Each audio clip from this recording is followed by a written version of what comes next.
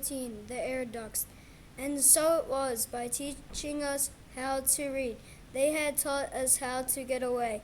Justin climbed easily up the open door of his cage and vanished over the top of a flick of his tail. He came back an hour later, greatly excited and full of information. Yet it was typical of Justin that even excited as he was, he stayed calm. He thought clearly. He climbed down the front of my cage rather than his own. He spoke softly. We both amused that by now the other rats were asleep. Nicodemus, come on out. I'll show you how, directed me as I reached through the wire bars of the door and felt beneath it. I found the small metal knob, slid it forward and sideward, and felt the door swing loose against my shoulder. I followed up the side of the cage to the shelf above. There we stopped. It was the first time I had met Justin face to face. He said, "It's better talking here than around the partition."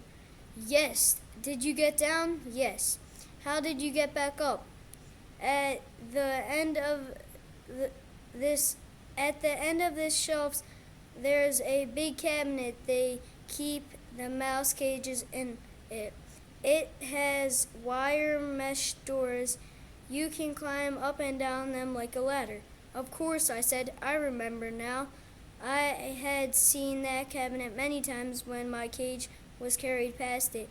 For some reason, perhaps because they were smaller, the mice were kept in cages within a cage." Justin said, "Nicodemus, I think I found a way to get out." "You have? How?" "At each end of the room, there's an opening in the baseboard at the bottom of the wall. Air blows in through one of them and out the other. Each one has a metal grid covering it. And on the grid, there's a sign that says, 'Lift to adjust airflow.' I lifted one of them. It hangs on hinges like a trapdoor. Behind it, there is a thing like a metal window. When you slide it wide open, more air blows in. But the main thing is it's easily big enough to walk through and get out." "But what's on the other side? Where does it lead?" "On the other side, there's a duct, a thing like a square metal pipe built into the wall. I walked along it not very far, but I can figure out where it must go. There's bound to be a duct like it leading to every room in the building, and they must all branch off one main central pipe, and that one has to lead somewhere to the outside, because that's where our air comes from. That's why they never open the windows. I don't think those windows can open." He was right, of course. The building had central air conditioning. What we had to do was find the main air shaft and explore it. There would have to be an intake at one. There would have to be an intake at one and an outlet at the other. But that was easier said than done. And before it was gone, there was questions to be answered. But what about the rest of the rats? There were 20 of us in the laboratory, and we had to let the others know. So one by one we woke them and showed them how to open their cage. It was an odd assembly that gathered that night under the dimmed lights in the cooling laboratory. On the shelf where Justin and I had talked, we all knew each other in a way from the passing of messages over the preceding months. Yet, except for Jenner and me, none of us had ever really met. We were strangers, though, as you can imagine, it did not take long for us to develop a feeling of comradeship, for we 20 were alone in a strange world. Just how alone and how strange, none of us really understood at first.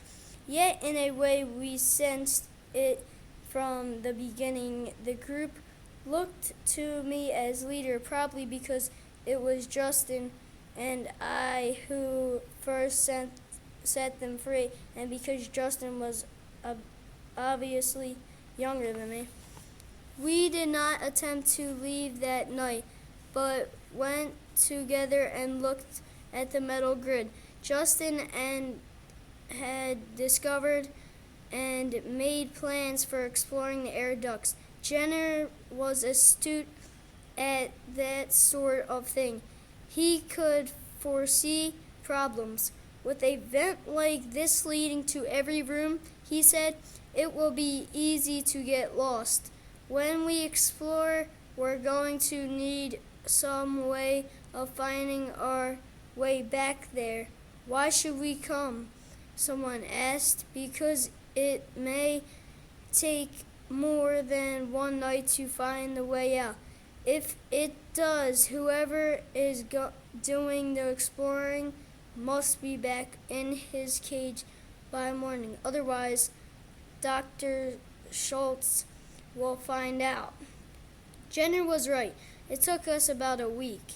What we did, after some more discussion, was to find some equipment. First, a large spool of thread in one of the cabinets where some of us had seen Julie place it one day. Second, a screwdriver that was kept on a shelf near the electric equipment, because as Jenner pointed out, there would probably be a screen over the end of the air shaft to keep out debris, and we might have to pry it loose. What we really needed was a light for the ducts. He had not even a box of matches. The thread and the screwdriver he hid in the air duct a few feet from the entrance. We could only hope they would not be missed, or that if they were, he wouldn't be suspected. Justin and two others were chosen as the exploration party. One of the others was Arthur, whom you've met. They had a terrible time at first.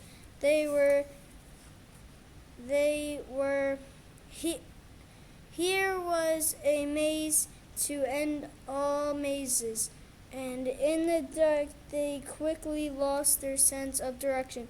Still they kept at it, night after night, exploring the network of shafts that laced like a cubical spiderweb through the walls and ceilings of the grid in our laboratory, and enroll it from the spool as they went. Time and time again, they reached the end of the thread and had to come back. It just isn't long enough, Justin would complain. Every time I come to the end, I think it would just go 10 feet farther. And finally, that's what he did. On the seventh night, just as the thread ran out, he and the other two reached a shaft that was wider than they had found before, and it seemed as they walked along it to be slanted gently upward. But the spool was empty. You wait here, Justin said to the others. I'm going just a little way farther. Hang on to the spool, and if I call back, they had tied the end of the thread around the spool so they would not lose it in the dark. Justin had a hunch. The air coming through the shaft had a fresher smell where they were, and seemed to be blowing harder than in the air shafts. Up ahead, he thought he could hear the whir of a machine running quietly, and there was a faint vibration in the metal under his feet. He went on. The shaft turned upward at a sharp angle, and then straight ahead. He saw it, a patch of lighter colored darkness than the pitch black around him, and in the middle of it, 3 stars twinkling. It was the open sky across the opening, where was, as Jenner had predicted, a coarse screen of heavy wire stopped. The sound of the machine had grown suddenly louder, changing from a whir to a roar. It had obviously shifted speed. An automatic switch somewhere in the building had turned it from high to low, and the air blowing past Justin came on so hard it made him gasp. He braced his feet against the metal and held on. In a minute, as suddenly as it had roared, the machine returned to a whisper. He looked around and realized he was lucky to have stopped. By the dim light from the sky, he could see that he had reached a point where perhaps 24 air shafts came together like branches into the trunk of a tree. If he had gone a few steps farther, he would never have been able to discussion with shaft was his. He turned in his tracks, and in a few minutes he enjoyed his friends. We had a meeting that night, and Justin told all of us what we had found. He had left the thread notched by the screwdriver to guide us out. Some were for leaving immediately, but it was late, and Jenner and I argued against it. We did not know how long it would take us to break through the screen at the end. If it should take more than an hour or two, daylight would be upon us. We would then be unable to return to the laboratory and have to spend the day in the shaft or try to get away by broad daylight. Mr. Schultz might even figure out how we had gone and trap us in the air shaft. Finally, reluctantly, everyone agreed to spend one more day in the laboratory and leave early the next night. But it was a hard decision, with freedom so near and everyone thinking, as I did, suppose. Dr. Schultz grew suspicious but put locks on our cages. Suppose someone like our thread and pulled it out. This was unlikely. The near end tied to the spool was 6 feet up the shaft, well hidden. Just the same, we were uneasy. Then, just as we were ending our meeting, a new complication arose. We had been standing in a rough circle on the floor of the laboratory, just outside the 2 screen doors that enclosed the mice cages. Now from in the cabinet came a voice, Nicodemus. It was clear but plaintive, the voice of a mouse. We had almost forgotten the mice were there, and I startled to hear that one of them knew my name. We all grew quiet. Who's calling my name? I asked. My name is Jonathan, said the voice. We have been listening to your talk about going out. We would like to go too. but we cannot open our cages. As you can imagine, this caused a certain concentration coming at the last minute.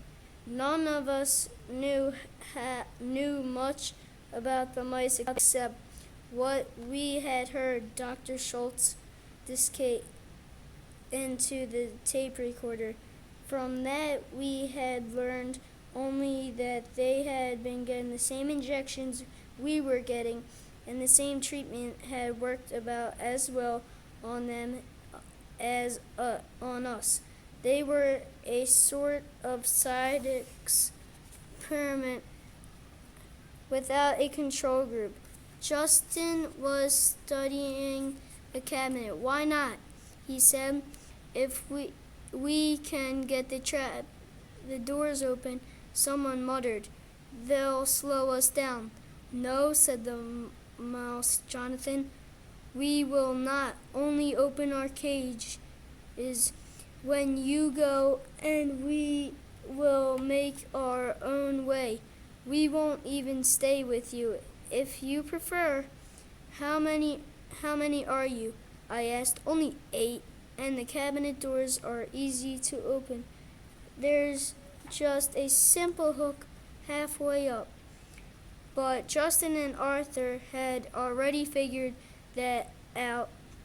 They climbed up the screen, unhooked the hook, and the doors swung open. The cages open the same way as yours, said another mouse, but we can't reach far enough to unlatch them. All right, I said, tomorrow night, as soon as Dr. Schultz and the others leave, we'll open your cages and you can follow the thread with us to get out. After that, you're on your own. Agreed, said Jonathan, and thank you. And now, I said, we should all get back to the cages. Justin, please hook the doors again. I had latched myself into my cage and was getting ready for sleep when I heard a scratching noise on the door, and there was Jenner climbing down from above. Nicodemus, he said, can I come in? Of course, but it's getting on toward morning. I won't stay long. He unlatched the door and entered. There's something we've got to decide. I know, I said. I've been thinking about it too. When we do get out, where are we going to go?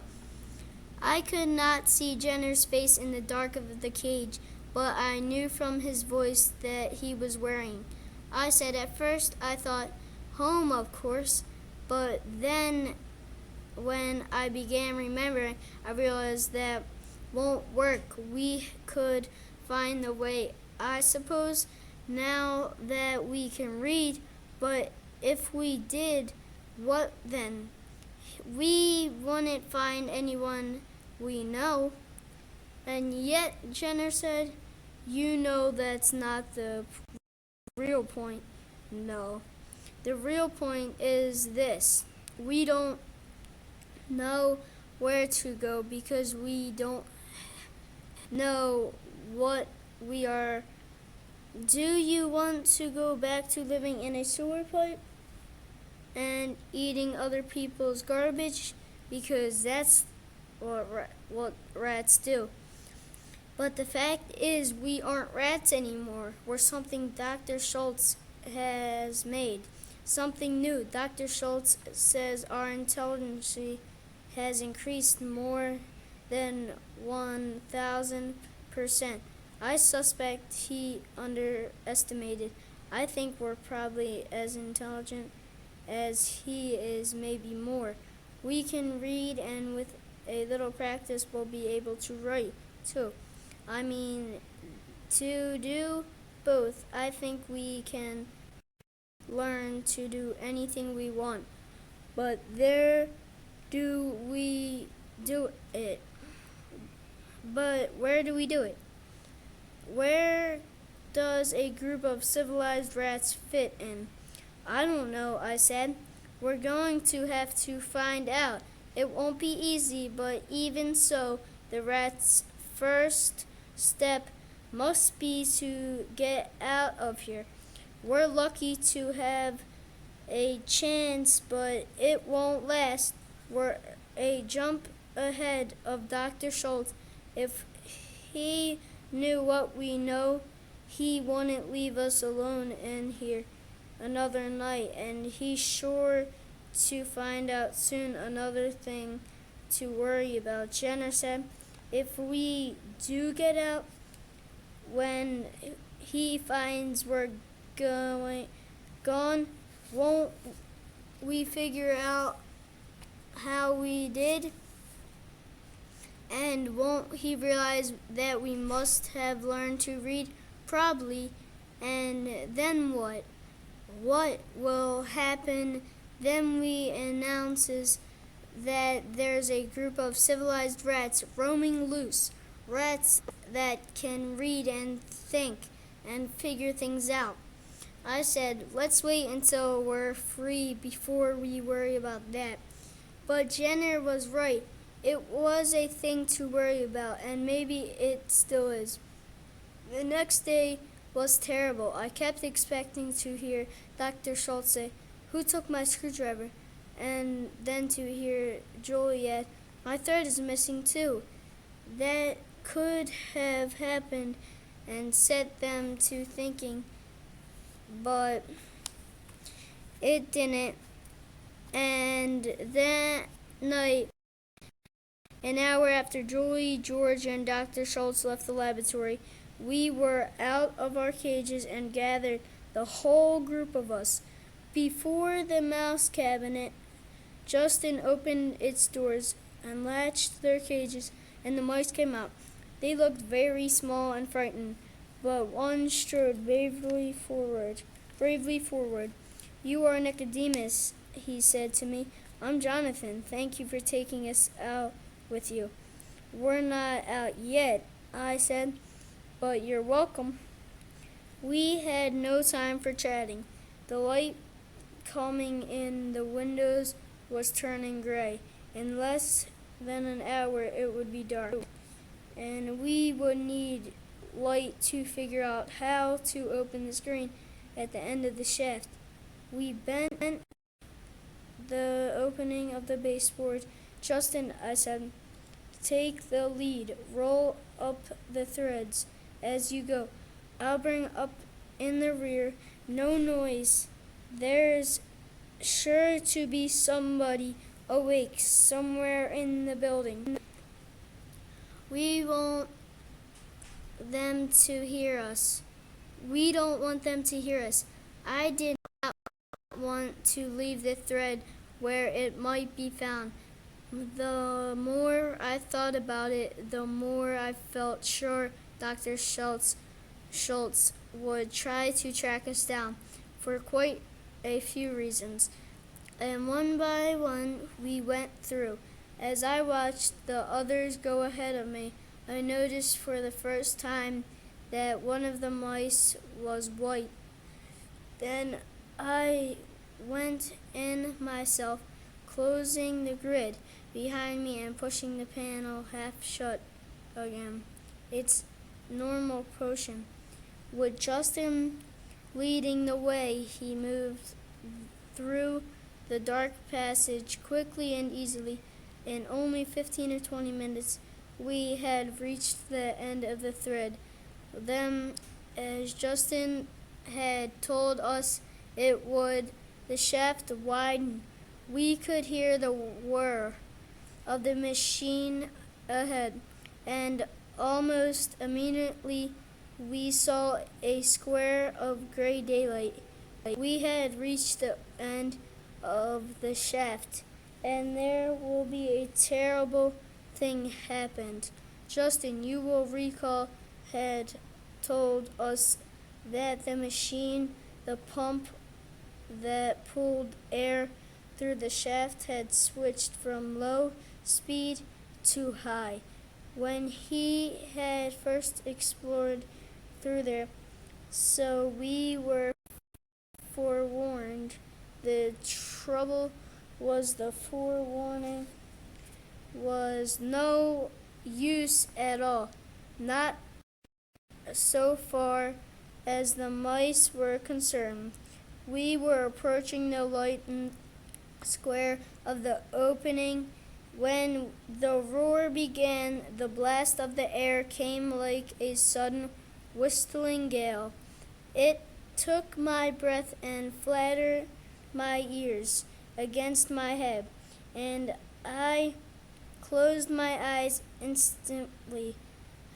I was still in the rear, and when I opened my eyes again, I saw one of the mice sliding past me, clawing uselessly without the small nails at the smooth metal beneath him.